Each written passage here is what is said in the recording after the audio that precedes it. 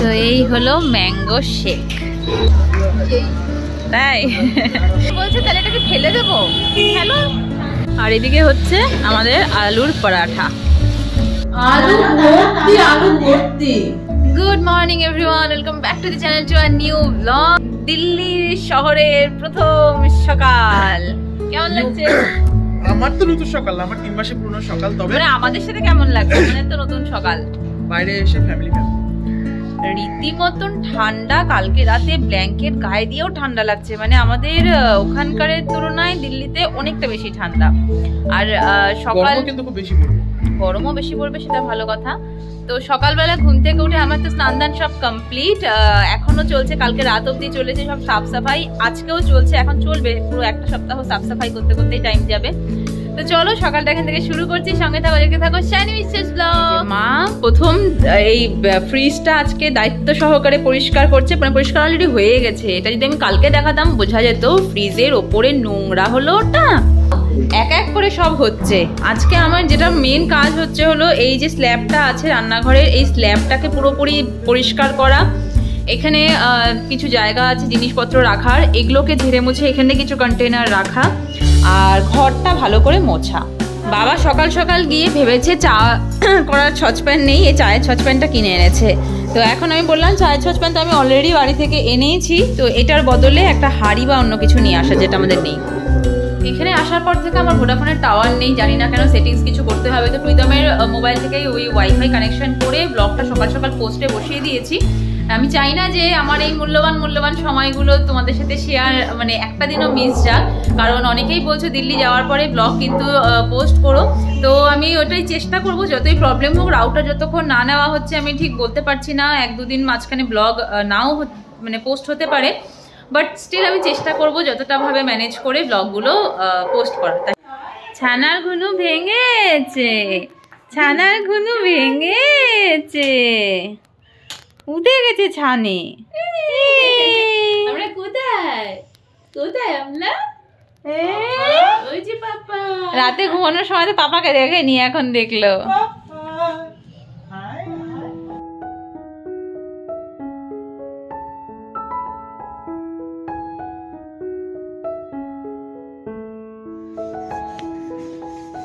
নতুন সংসারে প্রথম রান্না বসলো, মানে রান্না তো না, চা বসলো। প্রথম গ্যাসের উদ্বোধন হলো আজকে। পোকো কি বলে? পোকো ওকে। এই যে এই স্টিলের থালাটা বাবা গিয়ে এখন নিয়ে আসলো। আর এখানটাতে হচ্ছে চা বানালাম। কাপ নেই, কাপ কিনতে হবে। তো এখন গ্লাস এনেছিলাম, সেই গ্লাসের মধ্যেই চা সার্ভ করলাম। বেসিন পরিষ্কার করছে মা, এদিকে সব। এই যে এটা পরিষ্কার করলো পুরো। এটার অবস্থা কিরকম ছিল দেখাই, যে এরকম হয়েছিল।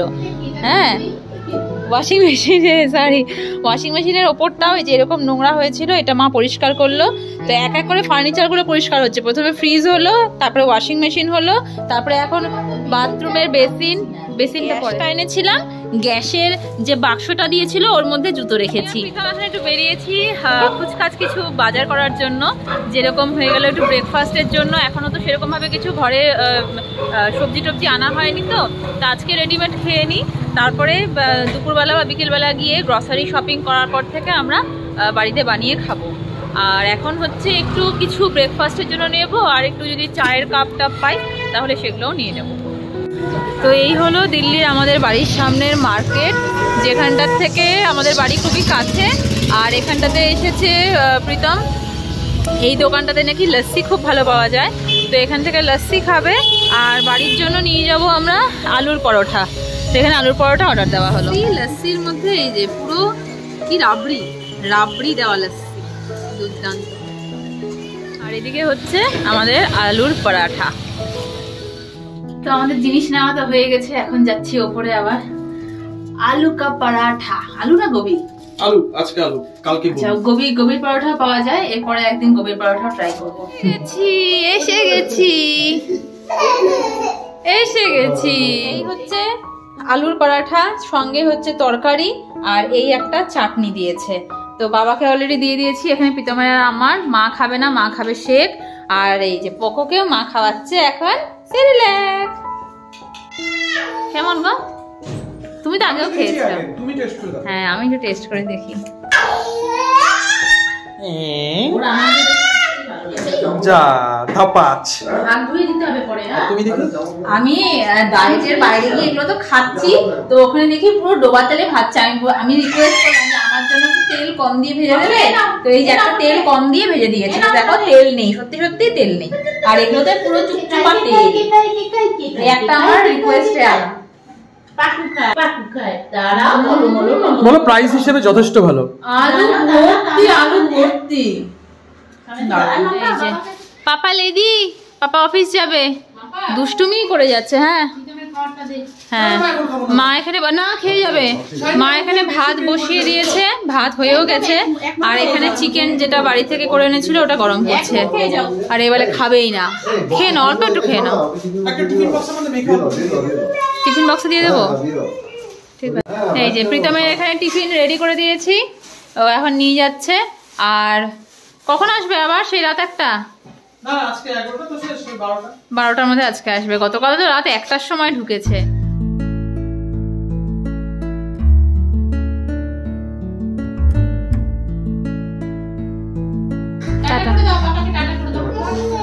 টাটা করলো, ও এখন বুঝে গেছে যে পাপা এখানেই আছে, টাটা করবো, আবার পরে আসবে।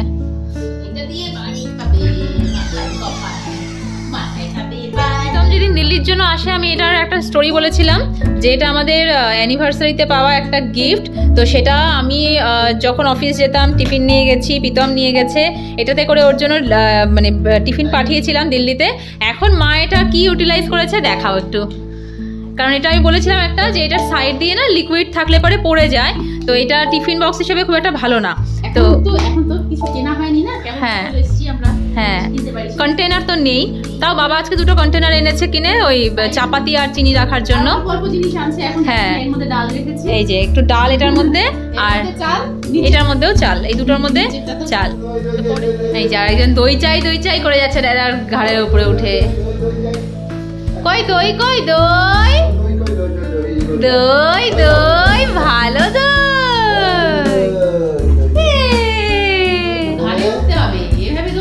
পিঠে উঠেছে, ঘাড়ে না পিঠে। পকলে এখানেও বালতির মধ্যে চানু চানু করছে, পকলের জন্য লাল বালতি কিনে এনেছি। স্নান করাচ্ছে পককে, আমি এদিকে সমস্ত বাসন কোসন সব ধুয়ে মুছে রেখেছি, আর এটা খালি করে দিয়েছি।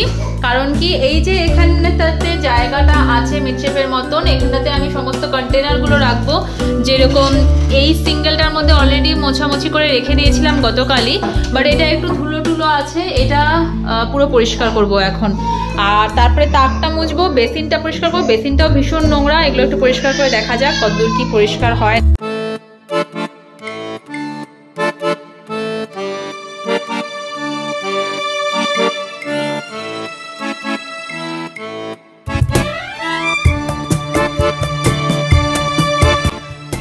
এদিকে পোকোর স্নান পর্ব আর শেষ হয় না, একবার মাথা তো একবার বডি তো একবার মুখ, আলাদা আলাদা করে সব।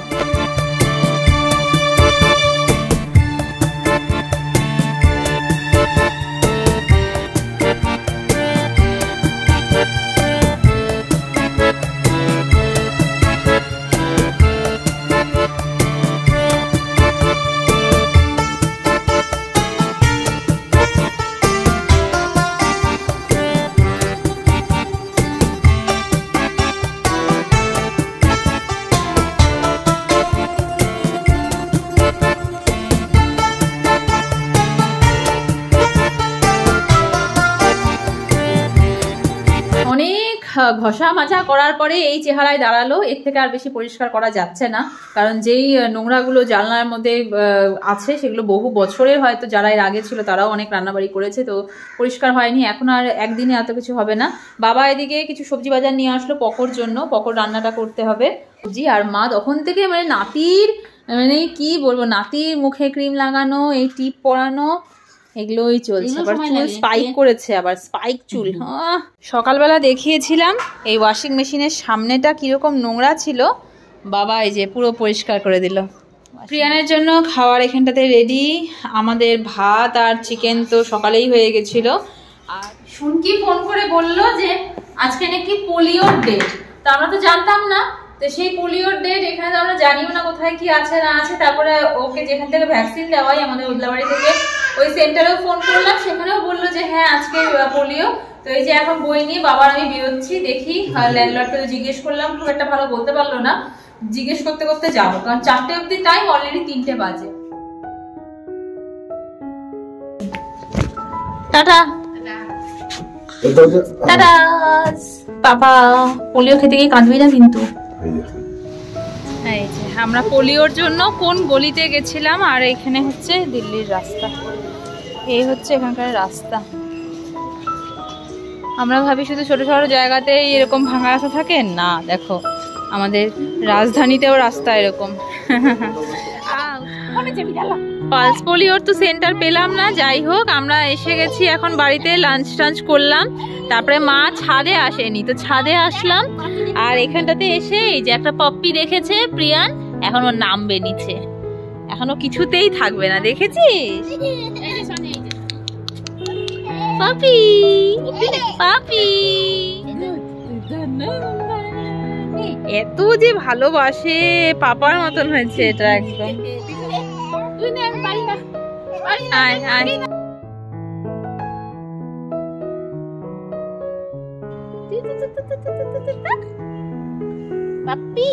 ওর আর কোনো দিকে মন নেই, এখন এদিকে কাকু ভাই নামবে বলে আসলে ধরেনি না, এখন সামনে থেকে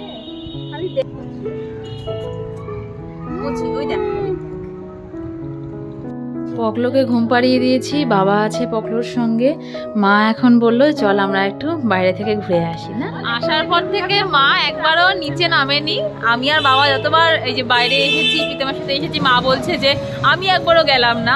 পকোকে নিয়েছিল মা বাড়িতে, তো এই যে এখন পকো ঘুমিয়েছে দেখে মা আমি বেরোলাম। তো এই ঘুরে ফিরে দেখাই, বেরোলে একটা জিনিস কি দুদিকে সমান, তাহলে শুধু দোকান আর দোকান। এই যে এখানে শেকের দোকান এটা, তো অনেক রকমের শেক আছে, ম্যাঙ্গো শেক, বানানা শেক, পাইনাপেল শেক, নানান রকমের, আর আমরা বললাম এখন ম্যাঙ্গো শেক। তো এই হলো ম্যাঙ্গো শেক, খাও, খেয়ে বলো এবার রিভিউ দাও, খেয়ে দেখো, পরে ওটা চামচ দিয়ে খেও। কেমন মা? তাই দিল্লি স্পেশাল ম্যাঙ্গো শেক খাওয়া স্টার্ট করেছে, তারপর মনে হয়েছে এটা খেলে আমি মোটা হয়ে যাব, তারপরে বলছে, আমাকে বলছে তুই খা, আমি নেই নি ওই জন্য আমার, যে আমি খাবো না, আমি কন্ট্রোল করছি। এখন বলছে তাহলে এটাকে ফেলে দেবো, ফেলে দেওয়ার তো দম নেই, এত টেস্টি। আসলাম এখন একটা বাসনের দোকানে হাঁড়ি কিনতে, সকালবেলায় বাবা আর প্রীতম এসেছিল, কিন্তু হাঁড়ি তখন পায়নি, হাঁড়ির দোকান তখনও খোলেনি, আশা করি এখানটাতে আমরা পেয়ে যাব। এখানটাতে কাজের জিনিসটা পেলাম, আমার বেলনি চাকতি খুব পছন্দ হয়েছে আমার। এই যে ভোলে বাবার এই মূর্তি, এই মূর্তিটা নেব আমার ছোট্ট ঠাকুরের আসনের জন্য। বাসনের দোকান থেকে বেশ কয়েকটা জিনিস নেওয়া হলো, কি কি নেওয়া হলো বাড়িতে গিয়ে বলছি, কারণ বাবা এখনই ফোন করলো, করে বললো প্রিয়ান ঘুম থেকে উঠেছে, আমাদেরকে দেখতে পায়নি, সেই কান্নাকাটি। লিফটের থেকে শুনতে পাচ্ছি প্রিয়ানের কান্না, এত চিৎকার, দেখা তো মুখটা, দেখা তো বলছে হাঁচি হাঁচি হাঁচি হাঁচি কলি দাও তো। মা এখন বসিয়েছে চা আর আমাদের জন্য এনার্জি ড্রিঙ্ক, আর এখানটাতে মা আমাকে কিনে দিয়েছে এই সবজি রাখার ঝুড়িটা। এই যে বেলনা চাকতি কিনেছি, আর এই যে একটা সিলিকনের ব্রাশ কিনেছি, এখন ঠেকুয়া দিয়ে চা খাওয়া হবে। এই ঠেকুয়াগুলো প্রীতম নিয়ে এসছে, এটা ভীষণ টেস্টি ঠেকুয়াগুলো।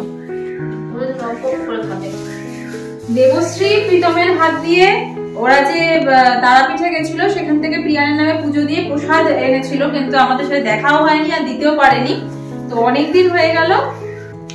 ও বারবার করে বলছিল প্রসাদটা যদি নষ্ট হয়ে যায়, কিন্তু এই যে যার নামে মানে পুজো, তার মুখে না গেলে কি আর এটার প্রসাদ নষ্ট হবে? অল্প দে অত বড়টা ঢুকায়, দেখো এর অবস্থা, এত বড়টা ঢুকিয়ে বোঝে না, দিকে গোটাটা এই মা বের কর, মুখের মধ্যে কতগুলো বিস্কুট নে। ডিনার হয়ে গেছে, আর এই দুদিন ধরে বেশ খুচখাচ খাওয়া দাওয়া সবই হলো না মা, অনেক হলো। এখন আবারও হেলদি লাইফস্টাইলে ফিরতে হবে। আজকের থেকে আমরা বললাম যে এখন আর বাইরের খাবার না, যা এখন আমরা এখন থেকে আবারও শেক, অ্যাফ্রেশ এগুলো সব স্টার্ট করে দেবো। আর যেই দেখলো মার হাতে খাওয়ার ব্যাস চলে গেল। বাবা গেল একটু রুটি আনতে, আমি বাবাকে বললাম যে আমি বাড়িতে রুটি বানিয়ে দিচ্ছি, বাট বাবা বললো যে না আজকেও সকাল থেকে অনেক ধকল গেছে, এই বাজার ঘাট তারপরে ঘর পরিষ্কার নিয়ে, বললো আরো 2 দিন তো সামলে নে সবকিছু, তারপরে একবার রান্না বাড়িটা করিস, আজকেও বাবা রুটিটা নিয়েই আসবে কিনে। এই যে সারাদিন পরে আসলেন, পিজি থেকে ফ্রেশ ট্রেশ হয়ে তারপরে এসেছো? ও এখনো পিজিটা ছাড়েনি, তাই জন্য ওখানটাতেই ফ্রেশ ট্রেশ হয়ে তারপরে অফিসে যায়, আবার ওখান থেকে অফিস থেকে আসার সময়ও ওখান থেকে ফ্রেশ হয়ে তারপরে আসে। এখানে একটু জলের প্রবলেম, তো যতদিন পর্যন্ত পিজিটা না ছাড়ছে ওখানকার জল ইউজ করছে না। ভালো ভালো। এই ছিল আমাদের দিল্লির নতুন সংসারের প্রথম দিন, সবটাই তোমাদের সঙ্গে শেয়ার করলাম। বেশ ভালো কাটলো প্রথম দিনটা। তো চলো আজকে আমাদের ব্লগটাকে আমি এখানটাতে এন্ড করছি। দেখা হচ্ছে কাল নতুন একটা দিনের সঙ্গে, নতুন একটা ব্লগের সঙ্গে। Till then tata, bye bye, good night. সবাই খুব ভালো থেকো, সাবধানে থেকো, আর অবশ্যই ভিডিও ভালো লাগলে চ্যানেলটা সাবস্ক্রাইব করে দিও।